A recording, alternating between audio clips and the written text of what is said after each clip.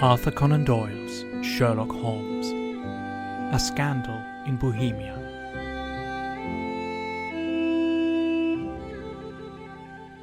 Chapter 1. To Sherlock Holmes, she is always the woman. I have seldom heard him mention her under any other name. In his eyes, she eclipses and predominates the whole of her sex. It was not that he felt any emotion akin to love for Irene Adler. All emotions, and that one particularly, were abhorrent to his cold, precise, but admirably balanced mind. He was, I take it, the most perfect reasoning and observing machine that the world has seen. But as a lover, he would have placed himself in a false position. He never spoke of the softer passions, save with a jibe and a sneer. They were admirable things for the observer, excellent for drawing the veil from men's motives and actions. But for the trained reasoner to admit such intrusions into his own delicate and finely adjusted temperament was to introduce a distracting factor which might throw a doubt upon all his mental results. Grit in a sensitive instrument, or a crack in one of his own high-power lenses, would not be more disturbing than a strong emotion in a nature such as his. And yet there was but one woman to him, and that woman was the late Irene Adler, of dubious and questionable memory. I had seen little of Holmes lately. My marriage had drifted us away from each other. My own complete happiness and the home-centered interests which rise up around the man who first finds himself master of his own establishment were sufficient to absorb all my attention, while Holmes, who loathed every form of society with his whole Bohemian soul, remained in our lodgings in Baker Street, buried among his old books, and alternating from week to week between cocaine and ambition, the drowsiness of the drug and the fierce energy of his own keen nature.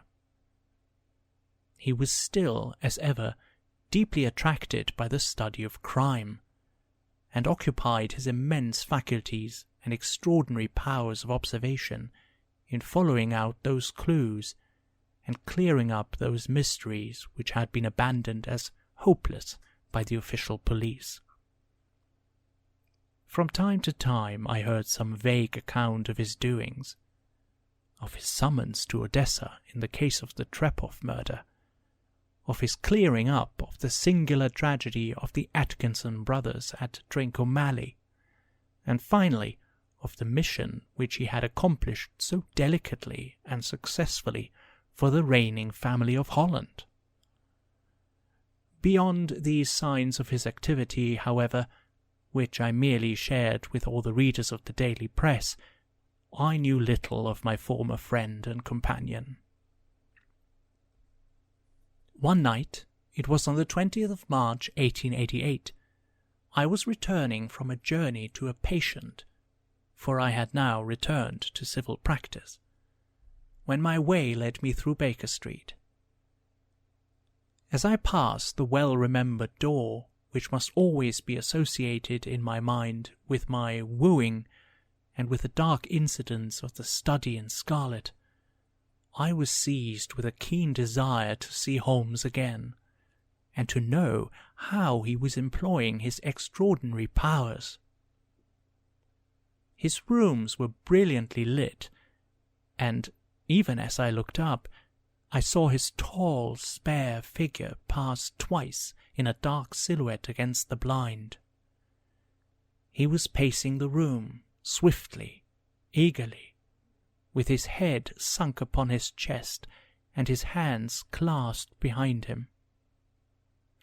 To me, who knew his every mood and habit, his attitude and manner told their own story. He was at work again. He had risen out of his drug-created dreams and was hot upon the scent of some new problem. I rang the bell and was shown up to the chamber which had formerly been, in part, my own. His manner was not effusive. It seldom was. But he was glad, I think, to see me. With hardly a word spoken, but with a kindly eye, he waved me to an armchair, threw across his case of cigars, and indicated a spirit case and a gasogene in the corner. Then he stood before the fire and looked me over in his singular introspective fashion. "Wedlock suits you," he remarked. "I think, Watson, that you have put on 7.5 pounds since I saw you." 7, I answered. "Indeed, I should have thought a little more. Just a trifle more, I fancy, Watson.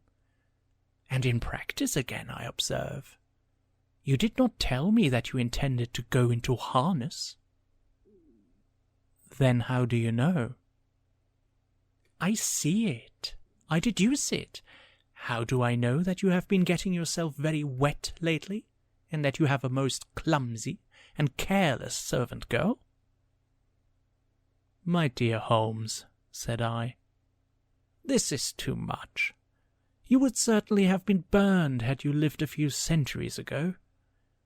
It is true that I had a country walk on Thursday, and came home in a dreadful mess, but as I have changed my clothes, I can't imagine how you deduce it.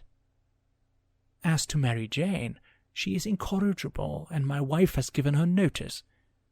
But there again I fail to see how you work it out." He chuckled to himself and rubbed his long, nervous hands together. "It is simplicity itself," said he.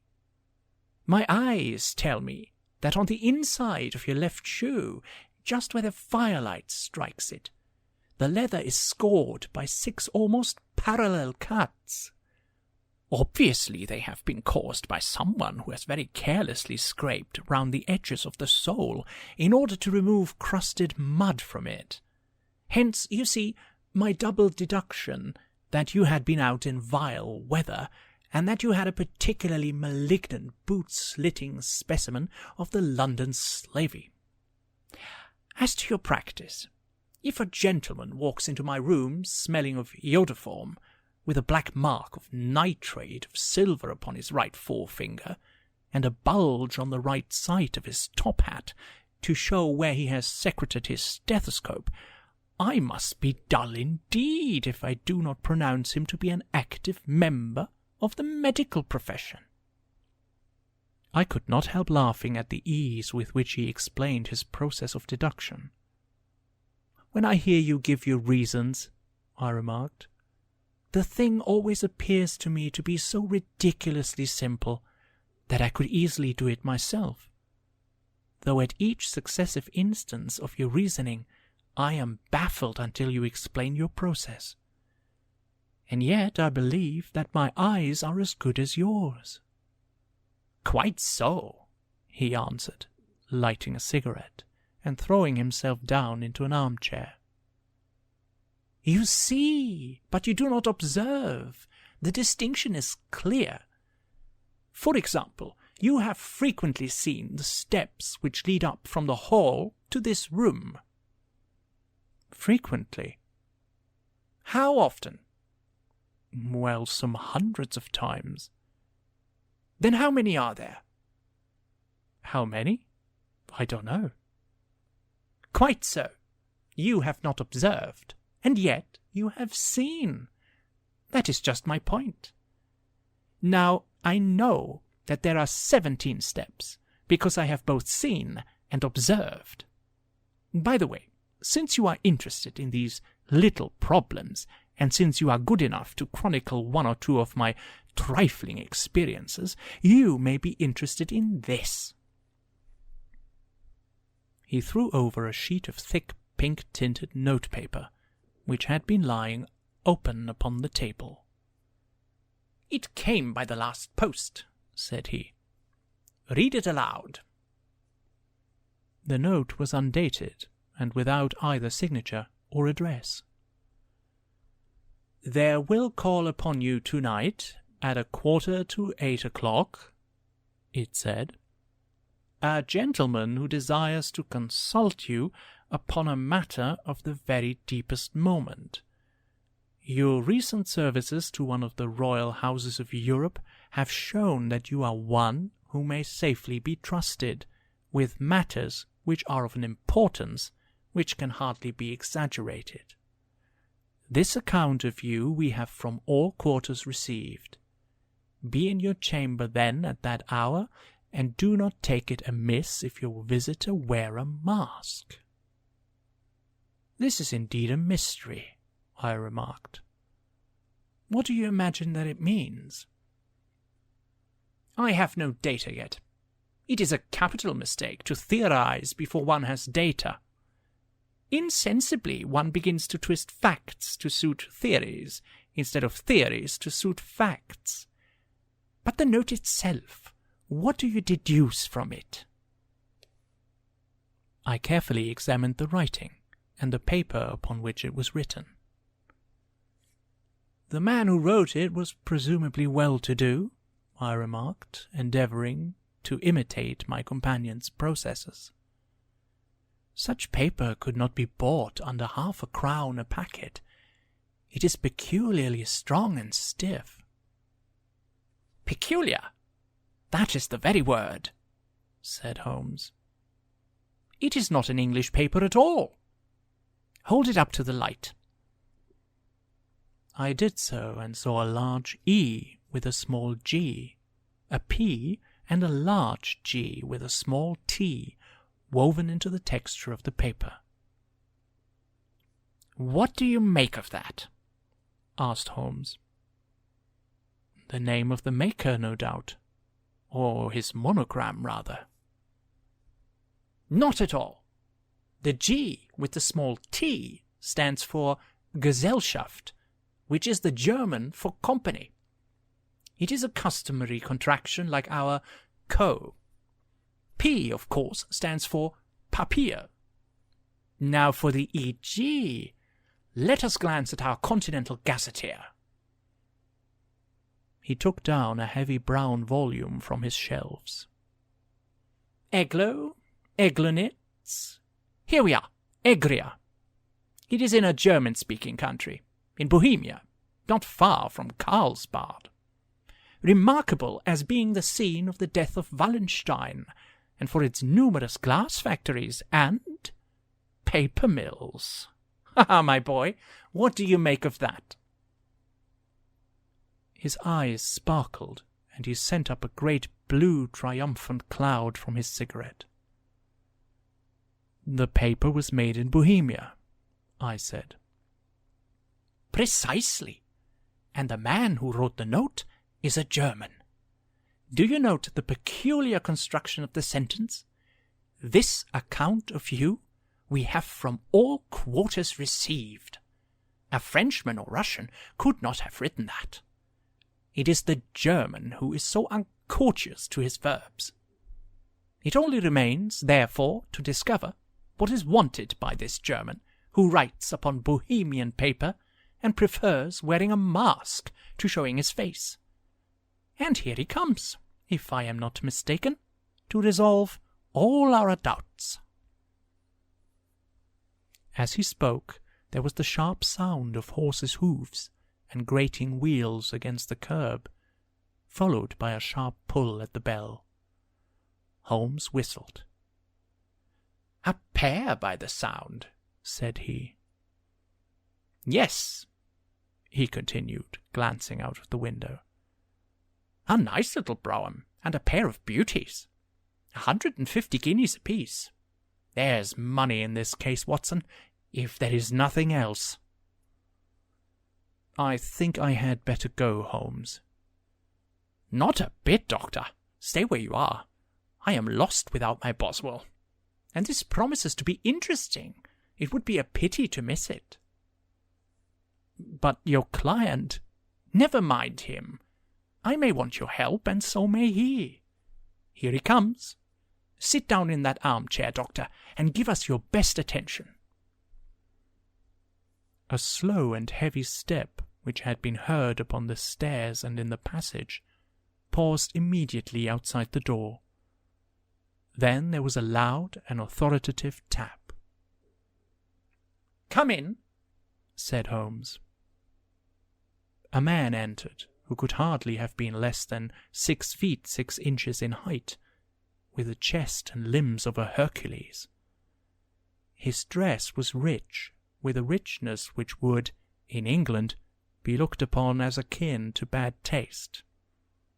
Heavy bands of astrakhan were slashed across the sleeves and fronts of his double-breasted coat, while the deep blue cloak which was thrown over his shoulders was lined with flame-coloured silk and secured at the neck with a brooch which consisted of a single flaming beryl.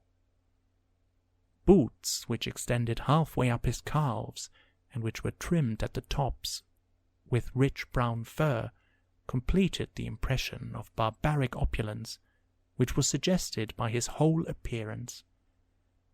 He carried a broad-brimmed hat in his hand, while he wore across the upper part of his face, extending down past the cheekbones, a black-visored mask, which he had apparently adjusted that very moment, for his hand was still raised to it as he entered.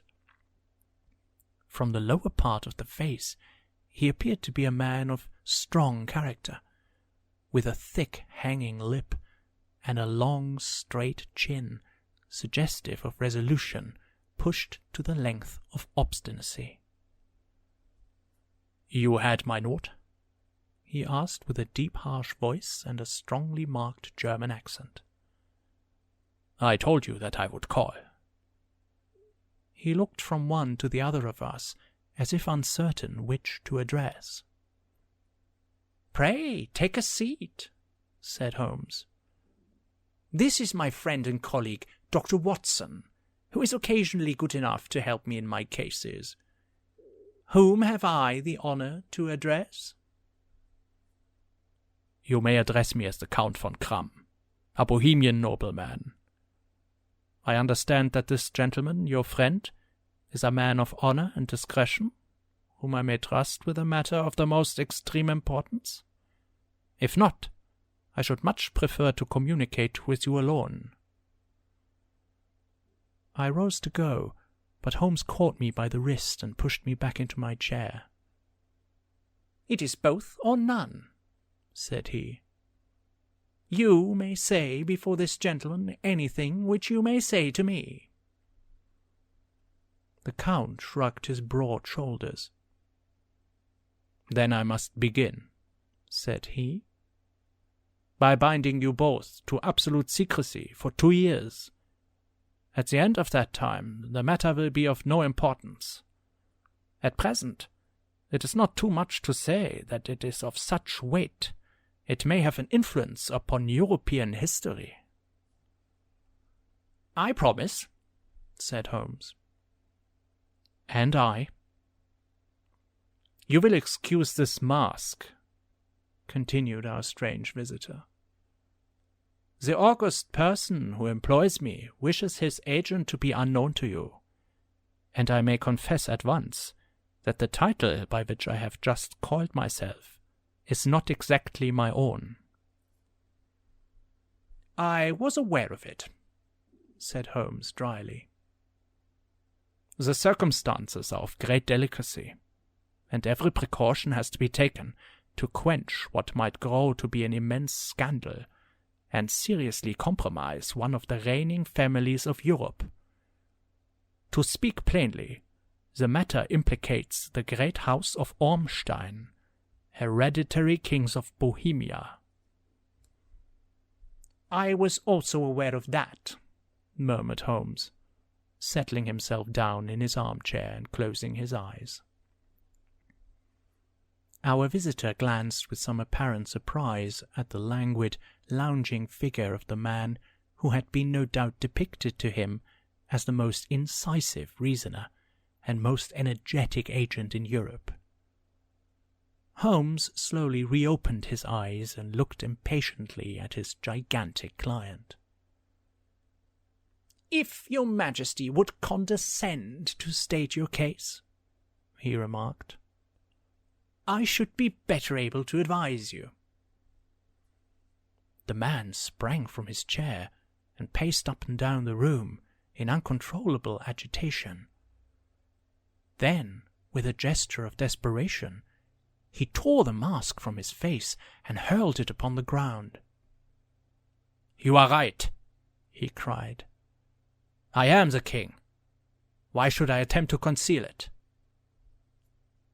"Why, indeed," murmured Holmes. "Your Majesty has not spoken before I was aware that I was addressing Wilhelm Gottsreich Sigismund von Ormstein, Grand Duke of Kassel-Felstein, and hereditary King of Bohemia." "But you can understand," said our strange visitor, sitting down once more and passing his hand over his high white forehead. "You can understand that I am not accustomed to doing such business in my own person. Yet the matter was so delicate that I could not confide it to an agent without putting myself in his power. I have come incognito from Prague for the purpose of consulting you." "Then pray consult," said Holmes, shutting his eyes once more. "The facts are briefly these. Some 5 years ago, during a lengthy visit to Warsaw, I made the acquaintance of the well-known adventuress Irene Adler. The name is no doubt familiar to you." "Kindly look her up in my index, Doctor," murmured Holmes without opening his eyes. For many years he had adopted a system of docketing all paragraphs concerning men and things, so that it was difficult to name a subject or a person on which he could not at once furnish information. In this case I found her biography sandwiched in between that of a Hebrew rabbi and that of a staff commander who had written a monograph upon the deep-sea fishes. "Let me see," said Holmes. Born in New Jersey in the year 1858, contralto, La Scala, prima donna Imperial Opera of Warsaw. Yes, retired from operatic stage. Living in London. Quite so. Your Majesty, as I understand, became entangled with this young person, wrote her some compromising letters, and is now desirous of getting those letters back." "Precisely so.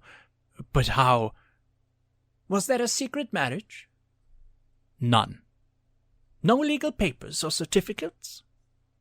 "None." "Then I fail to follow, your Majesty. If this young person should produce her letters for blackmailing or other purposes, how is she to prove their authenticity?" "There is the writing." "Pah! Forgery." "My private notepaper." "Stolen." "My own seal." "Imitated." "My photograph." "Bought." "We were both in the photograph." "Oh dear, that is very bad. Your Majesty has indeed committed an indiscretion." "I was mad. Insane." "You have compromised yourself seriously." "I was only Crown Prince then. I was young. I am but 30 now." "It must be recovered." "We have tried and failed." "Your Majesty must pay. It must be bought." "She will not sell." "Stolen, then?" "5 attempts have been made. Twice burglars in my pay ransacked her house. Once we diverted her luggage when she travelled. Twice she has been waylaid. There has been no result." "No sign of it?"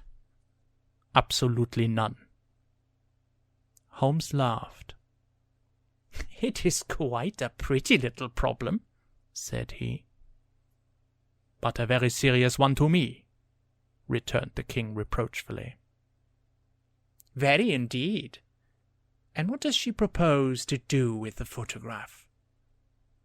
"To ruin me." "But how?"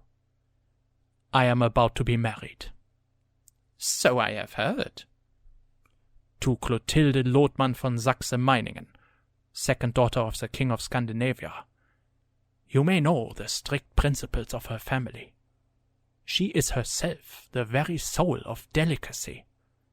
A shadow of a doubt as to my conduct would bring the matter to an end." "And Irene Adler?" "Threatens to send them the photograph. And she will do it. I know that she will do it. You do not know her, but she has a soul of steel.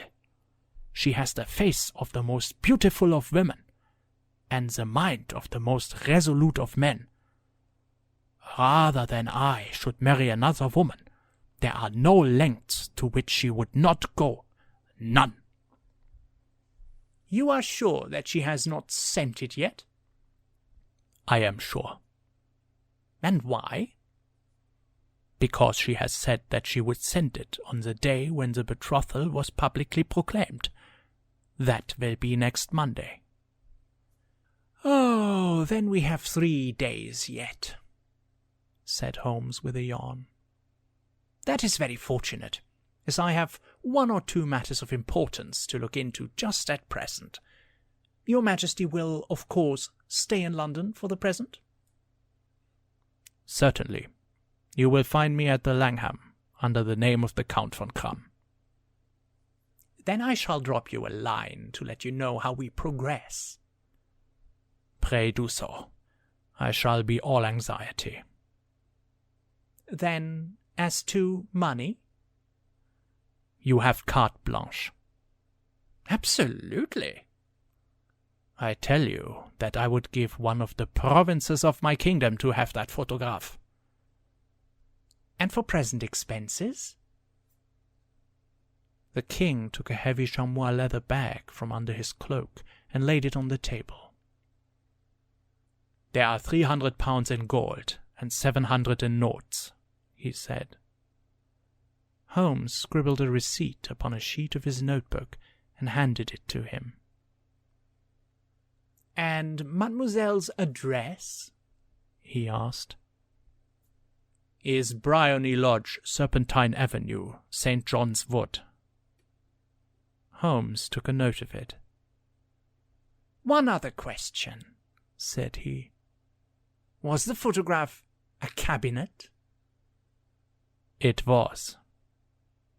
"Then good night, Your Majesty, and I trust that we shall soon have some good news for you. And good night, Watson," he added as the wheels of the Royal Brougham rolled down the street. "If you will be good enough to call tomorrow afternoon at 3 o'clock, I should like to chat this little matter over with you." Chapter 2. At 3 o'clock precisely, I was at Baker Street, but Holmes had not yet returned. The landlady informed me that he had left the house shortly after 8 o'clock in the morning. I sat down beside the fire, however, with the intention of awaiting him, however long he might be. I was already deeply interested in his inquiry, for, though it was surrounded by none of the grim and strange features which were associated with the 2 crimes which I have already recorded, still, the nature of the case and the exalted station of his client gave it a character of its own. Indeed, apart from the nature of the investigation which my friend had on hand, there was something in his masterly grasp of a situation, and his keen, incisive reasoning, which made it a pleasure to me to study his system of work, and to follow the quick, subtle methods by which he disentangled the most inextricable mysteries. So accustomed was I to his invariable success, that the very possibility of his failing had ceased to enter into my head. It was close upon 4 before the door opened, and a drunken-looking groom ill-kempt and side-whiskered, with an inflamed face and disreputable clothes, walked into the room. Accustomed as I was to my friend's amazing powers in the use of disguises, I had to look 3 times before I was certain that it was indeed he. With a nod, he vanished into the bedroom, whence he emerged in 5 minutes, tweed-suited and respectable as of old. Putting his hands into his pockets, he stretched out his legs in front of the fire and laughed heartily for some minutes. "Well, really," he cried, and then he choked and laughed again until he was obliged to lie back, limp and helpless, in the chair. "What is it?" "It's quite too funny. I am sure you could never guess how I employed my morning, or what I ended by doing." "I can't imagine. I suppose that you have been watching the habits and perhaps the house of Miss Irene Adler?" "Quite so, but the sequel was rather unusual. I will tell you, however.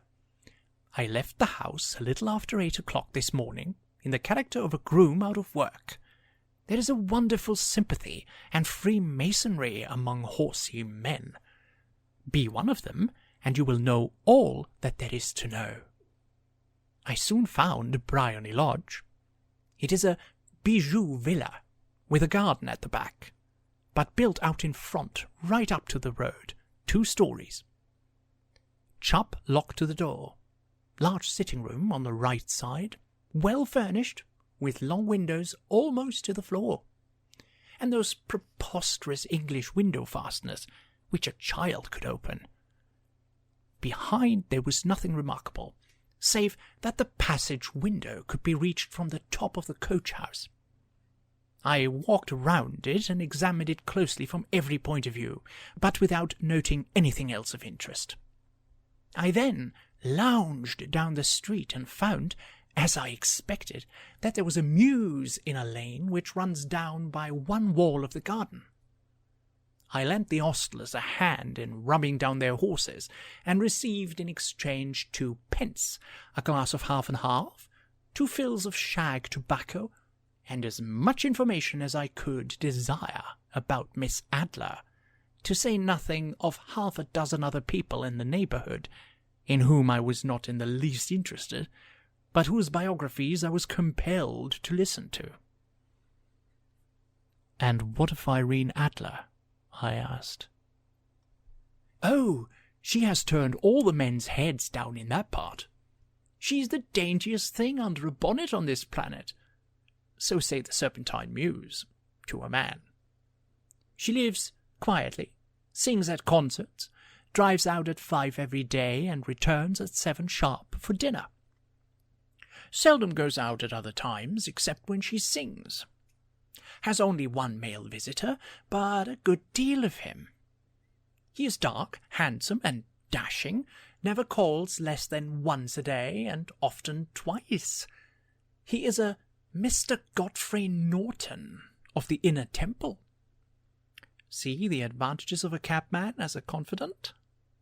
They had driven him home 12 times from Serpentine Mews, and knew all about him. When I had listened to all they had to tell, I began to walk up and down near Bryony Lodge once more, and to think over my plan of campaign.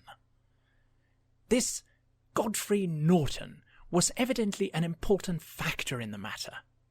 He was a lawyer. That sounded ominous. What was the relation between them, and what the object of his repeated visits? Was she his client, his friend, or his mistress?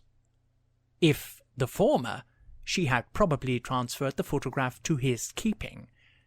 If the latter, it was less likely. On the issue of this question depended whether I should continue my work at Bryony Lodge, or turn my attention to the gentleman's chambers in the Temple. It was a delicate point, and it widened the field of my inquiry. I fear that I bore you with these details, but I have to let you see my little difficulties, if you are to understand the situation." "I am following you closely," I answered. I was still balancing the matter in my mind when a hansom cab drove up to Briony Lodge, and a gentleman sprang out. He was a remarkably handsome man, dark, aquiline, and moustached, evidently the man of whom I had heard. He appeared to be in a great hurry, shouted to the cabman to wait, and brushed past the maid who opened the door with the air of a man who was thoroughly at home. He was in the house about half an hour, and I could catch glimpses of him in the windows of the sitting-room, pacing up and down, talking excitedly, and waving his arms. Of her I could see nothing. Presently he emerged, looking even more flurried than before. As he stepped up to the cab, he pulled a gold watch from his pocket and looked at it earnestly. "Drive like the devil," he shouted. "First to Gross and Hankey's in Regent Street, and then to the Church of St. Monica in the Edgware Road. Half a guinea if you do it in 20 minutes. Away they went, and I was just wondering whether I should not do well to follow them, when up the lane came a neat little landau, the coachman with his coat only half buttoned, and his tie under his ear, while all the tacks of his harness were sticking out of the buckles. It hadn't pulled up before she shot out of the hall door and into it. I only caught a glimpse of her at the moment, but she was a lovely woman, with a face that a man might die for. "The Church of St. Monica, John," she cried, "and half a sovereign if you reach it in 20 minutes. This was quite too good to lose, Watson. I was just balancing whether I should run for it or whether I should perch behind her landau when a cab came through the street. The driver looked twice at such a shabby fare, but I jumped in before he could object. 'The Church of St. Monica,' said I, 'and half a sovereign if you reach it in 20 minutes. It was 25 minutes to 12, and of course it was clear enough what was in the wind. My cabby drove fast. I don't think I ever drove faster, but the others were there before us. The cab and the landau, with their steaming horses, were in front of the door when I arrived. I paid the man and hurried into the church. There was not a soul there, save the two whom I had followed and a surprised clergyman who seemed to be expostulating with them. They were all three standing in a knot in front of the altar. I lounged up the side aisle like any other idler who has dropped into a church. Suddenly, to my surprise, the three at the altar faced round to me, and Godfrey Norton came running as hard as he could towards me. "Thank God!" he cried. "You'll do. Come, come." "What then?" I asked. "Come, man, come. Only 3 minutes, or it won't be legal." I was half dragged up to the altar, and before I knew where I was, I found myself mumbling responses which were whispered in my ear, and vouching for things of which I knew nothing, and generally assisting in the secure tying up of Irene Adler, spinster, to Godfrey Norton, bachelor. It was all done in an instant, and there was the gentleman thanking me on the one side and the lady on the other, while the clergyman beamed on me in front. It was the most preposterous position in which I ever found myself in my life, and it was the thought of it that started me laughing just now. It seems that there had been some informality about their license, that the clergyman absolutely refused to marry them without a witness of some sort, and that my lucky appearance saved the bridegroom from having to sally out into the street in search of a best man. The bride gave me a sovereign, and I mean to wear it on my watch chain in memory of the occasion." "This is a very unexpected turn of affairs," said I. "And what then?" Well, I found my plans very seriously menaced. It looked as if the pair might take an immediate departure, and so necessitate very prompt and energetic measures on my part. At the church door, however, they separated, he driving back to the temple, and she to her own house. "I shall drive out in the park at 5 as usual," she said as she left him. I heard no more. They drove away in different directions, and I went off to make my own arrangements. "Which are?" "Some cold beef and a glass of beer," he answered, ringing the bell. "I have been too busy to think of food, and I am likely to be busier still this evening. By the way, Doctor, I shall want your cooperation." "I shall be delighted." "You don't mind breaking the law?" "Not in the least." "Nor running a chance of arrest?" "Not in a good cause." "Oh, this cause is excellent." "Then I am your man." "I was sure that I might rely on you." "But what is it you wish?" "When Mrs. Turner has brought in the tray, I will make it clear to you. Now," he said as he turned hungrily on the simple fare that our landlady had provided, "I must discuss it while I eat, for I have not much time. It is nearly 5 now. In 2 hours we must be on the scene of action. Miss Irene, or Madame, rather, returns from her drive at 7. We must be at Briony Lodge to meet her." "And what then?" "You must leave that to me. I have already arranged what is to occur. There is only one point on which I must insist. You must not interfere, come what may. You understand?" "I am to be neutral?" "To do nothing whatever. There will probably be some small unpleasantness. Do not join in it. It will end in my being conveyed into the house. 4 or 5 minutes afterwards, the sitting-room window will open. You are to station yourself close to that open window." "Yes." "You are to watch me, for I will be visible to you." "Yes." "And when I raise my hand, so, you will throw into the room what I give you to throw, and will, at the same time, raise the cry of fire. You quite follow me?" "Entirely." "It is nothing very formidable," he said, taking a long cigar-shaped roll from his pocket. "It is an ordinary plumber's smoke rocket, fitted with a cap at either end to make it self-lighting. Your task is confined to that. When you raise your cry of fire, it will be taken up by quite a number of people. You may then walk to the end of the street, and I will rejoin you in 10 minutes. I hope that I have made myself clear?"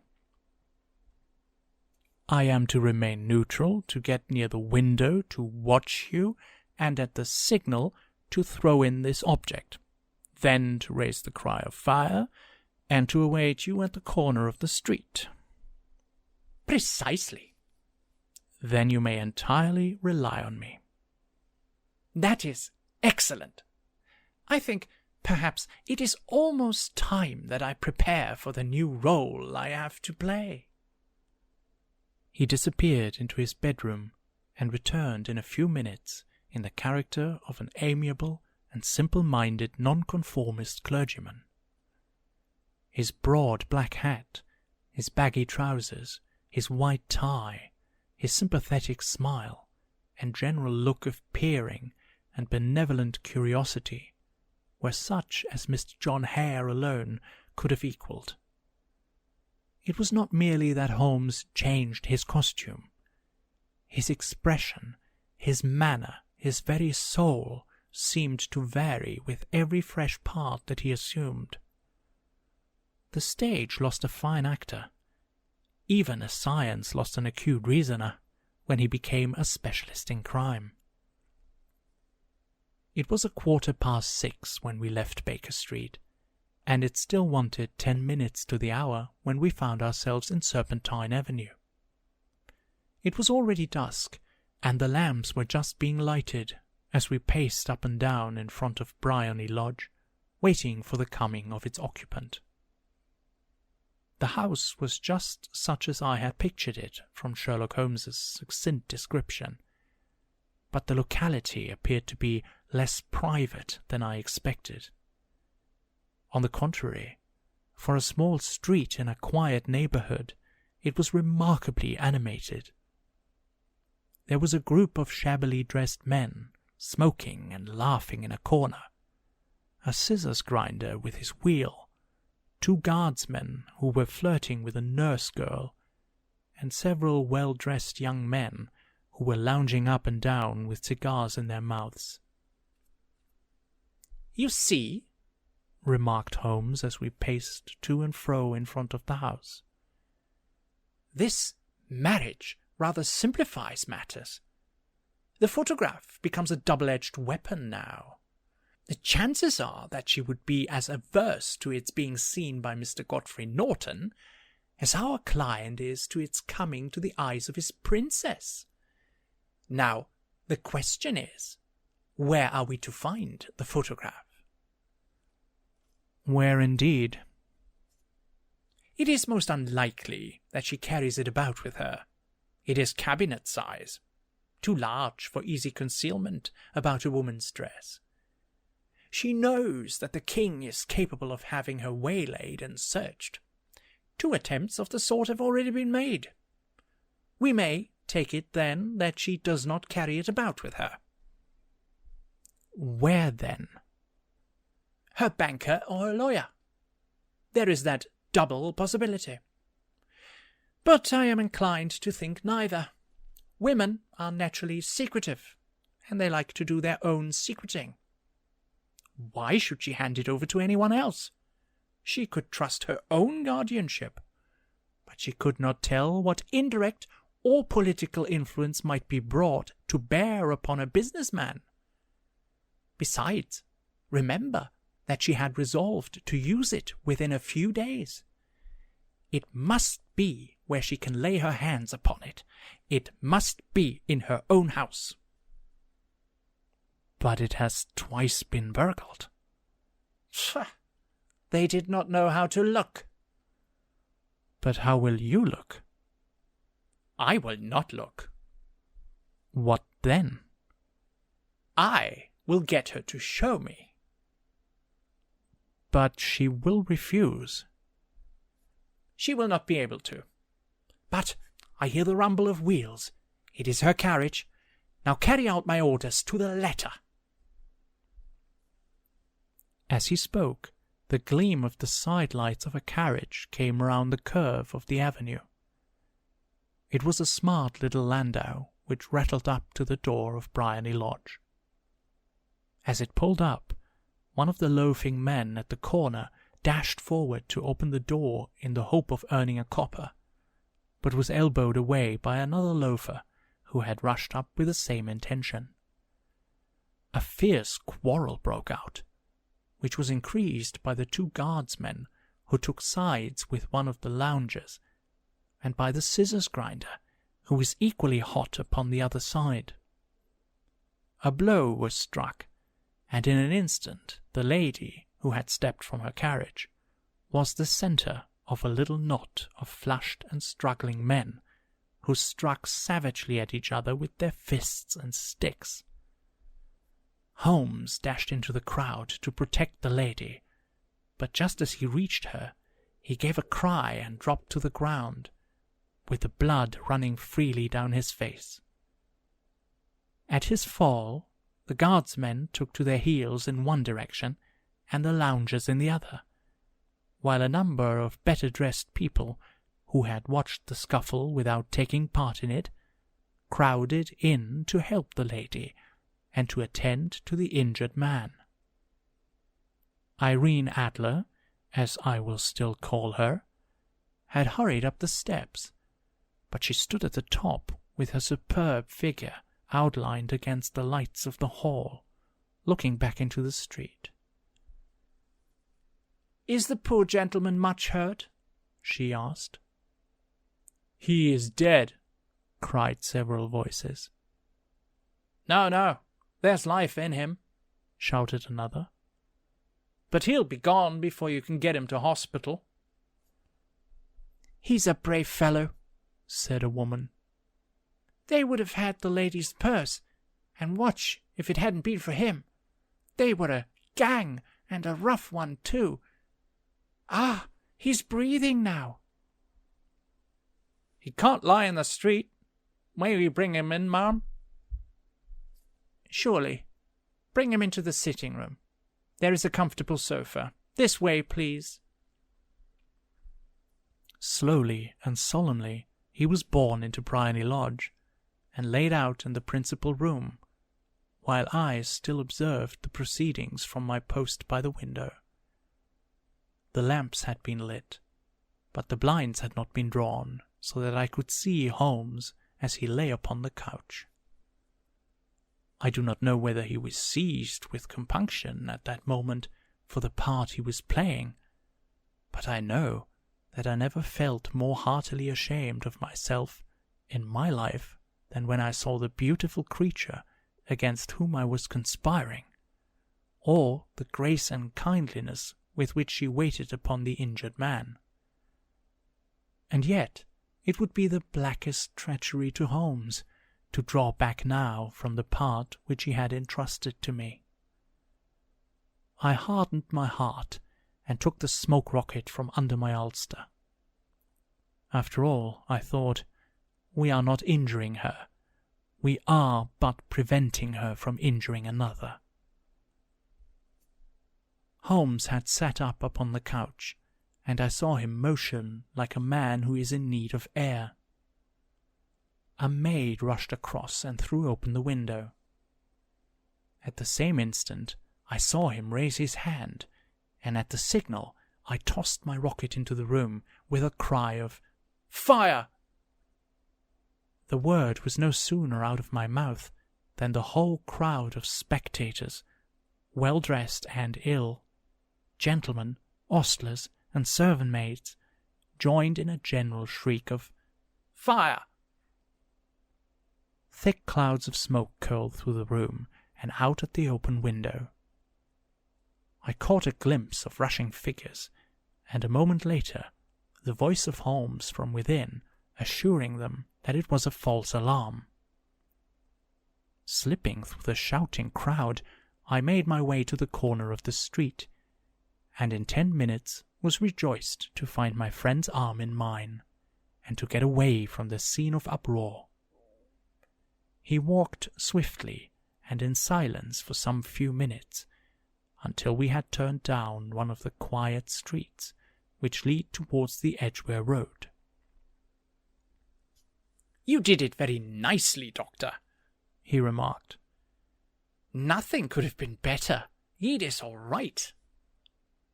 "You have the photograph?" "I know where it is."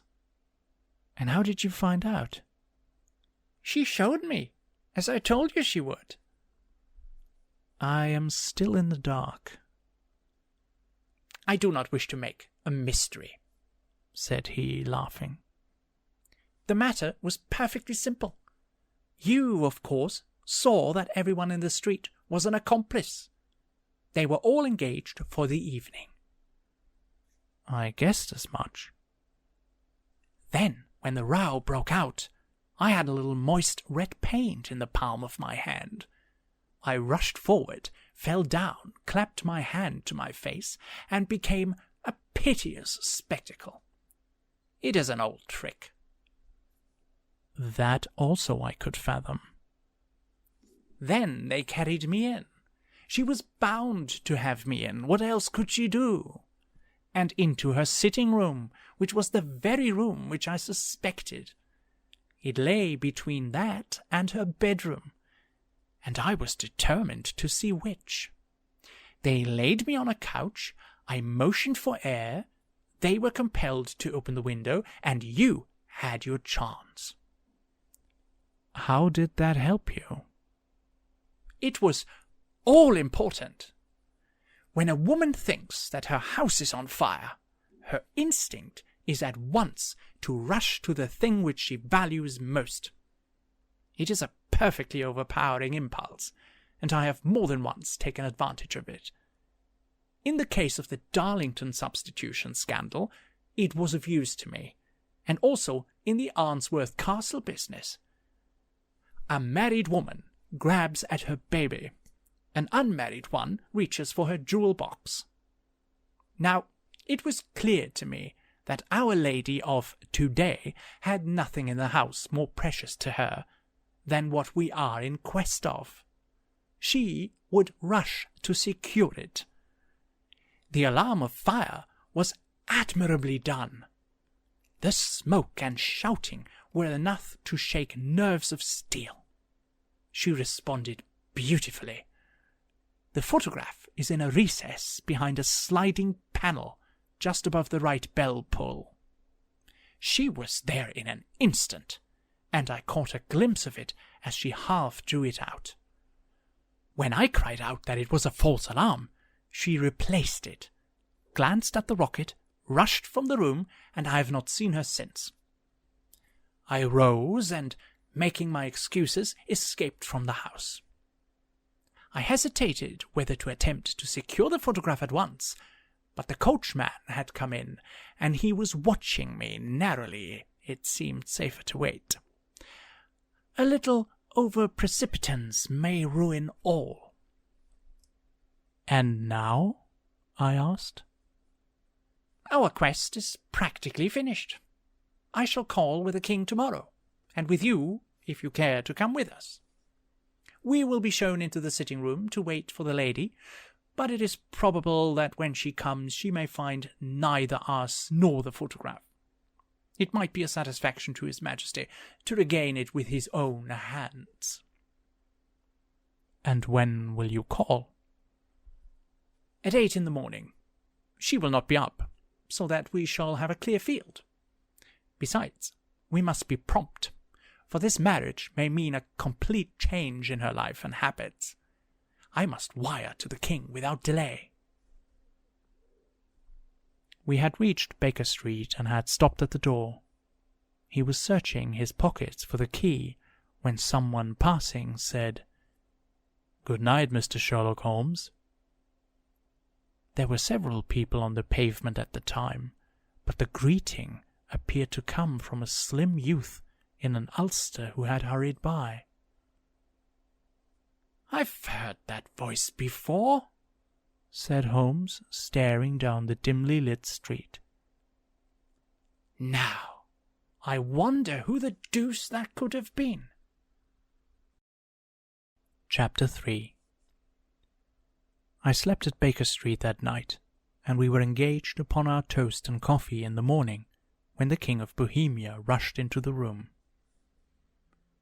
"You have really got it?" he cried, grasping Sherlock Holmes by either shoulder and looking eagerly into his face. "Not yet." "But you have hopes?" "I have hopes." "Then come, I am all impatience to be gone." "We must have a cab." "No, my brougham is waiting." "Then that will simplify matters." We descended and started off once more for Briony Lodge. "Irene Adler is married," remarked Holmes. "Married? When?" "Yesterday." "But to whom?" "To an English lawyer named Norton." "But she could not love him?" "I am in hopes that she does." "And why in hopes?" "Because it would spare your Majesty all fear of future annoyance. If the lady loves her husband, she does not love your Majesty. If she does not love your Majesty, there is no reason why she should interfere with your Majesty's plan." "It is true. And yet, well, I wish she had been of my own station. What a queen she would have made." He relapsed into a moody silence, which was not broken until we drew up in Serpentine Avenue. The door of Briony Lodge was open, and an elderly woman stood upon the steps. She watched us with a sardonic eye as we stepped from the brougham. "Mr. Sherlock Holmes, I believe," said she. "I am Mr. Holmes," answered my companion, looking at her with a questioning and rather startled gaze.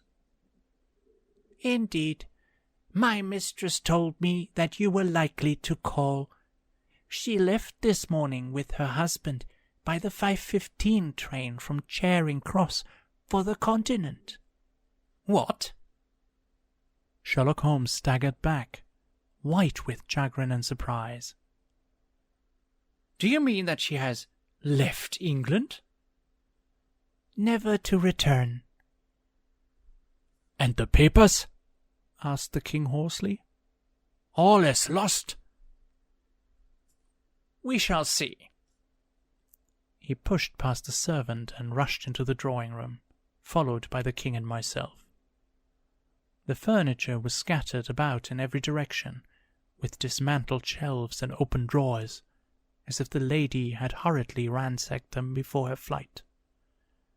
Holmes rushed at the bell-pull, tore back a small sliding shutter, and plunging in his hand, pulled out a photograph and a letter. The photograph was of Irene Adler herself, in evening dress. The letter was superscribed to Sherlock Holmes, to be left till called for. My friend tore it open, and we all three read it together. It was dated at midnight of the preceding night, and ran in this way. "My dear Mr. Sherlock Holmes, you really did it very well. You took me in completely. Until after the alarm of fire, I had not a suspicion. But then, when I found how I had betrayed myself, I began to think. I had been warned against you months ago. I had been told that if the king employed an agent, it would certainly be you. And your address had been given me. Yet, with all this, you made me reveal what you wanted to know. Even after I became suspicious, I found it hard to think evil of such a dear, kind old clergyman. But you know, I have been trained as an actress myself. Male costume is nothing new to me. I often take advantage of the freedom which it gives. I sent John, the coachman, to watch you, ran upstairs, got into my walking clothes, as I call them, and came down just as you departed. Well, I followed you to your door, and so made sure that I was really an object of interest to the celebrated Mr. Sherlock Holmes. Then I, rather imprudently, wished you a good night, and started for the temple to see my husband. We both thought the best resource was flight, when pursued by so formidable an antagonist. So you will find the nest empty when you call tomorrow. As to the photograph, your client may rest in peace. I love and am loved by a better man than he. The king may do what he will without hindrance from one whom he has cruelly wronged. I keep it only to safeguard myself, and to preserve a weapon which will always secure me from any steps which he might take in the future. I leave a photograph which he might care to possess, and I remain, dear Mr. Sherlock Holmes, very truly yours, Irene Norton, née Adler. "What a woman! Oh, what a woman!" cried the King of Bohemia when we had all three read this epistle. "Did I not tell you how quick and resolute she was? Would she not have made an admirable queen? Is it not a pity that she was not on my level?" "From what I have seen of the lady, she seems indeed to be on a very different level to your Majesty," said Holmes coldly. I am sorry that I have not been able to bring your Majesty's business to a more successful conclusion." "On the contrary, my dear sir," cried the king, "nothing could be more successful. I know that her word is inviolate.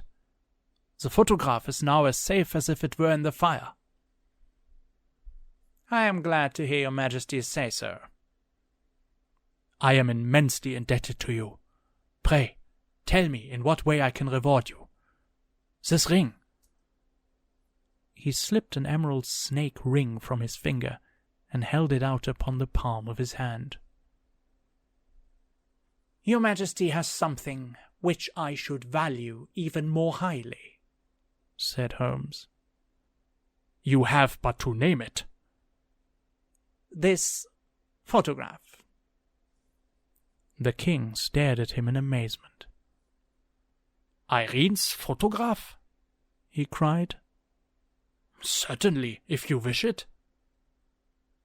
"I thank your Majesty. Then there is no more to be done in the matter. I have the honour to wish you a very good morning." He bowed, and, turning away without observing the hand which the king had stretched out to him, he set off in my company for his chambers. And that was how a great scandal threatened to affect the Kingdom of Bohemia, and how the best plans of Mr. Sherlock Holmes were beaten by a woman's wit. He used to make merry over the cleverness of women, but I have not heard him do it of late. And when he speaks of Irene Adler, or when he refers to her photograph, it is always under the honourable title of the woman.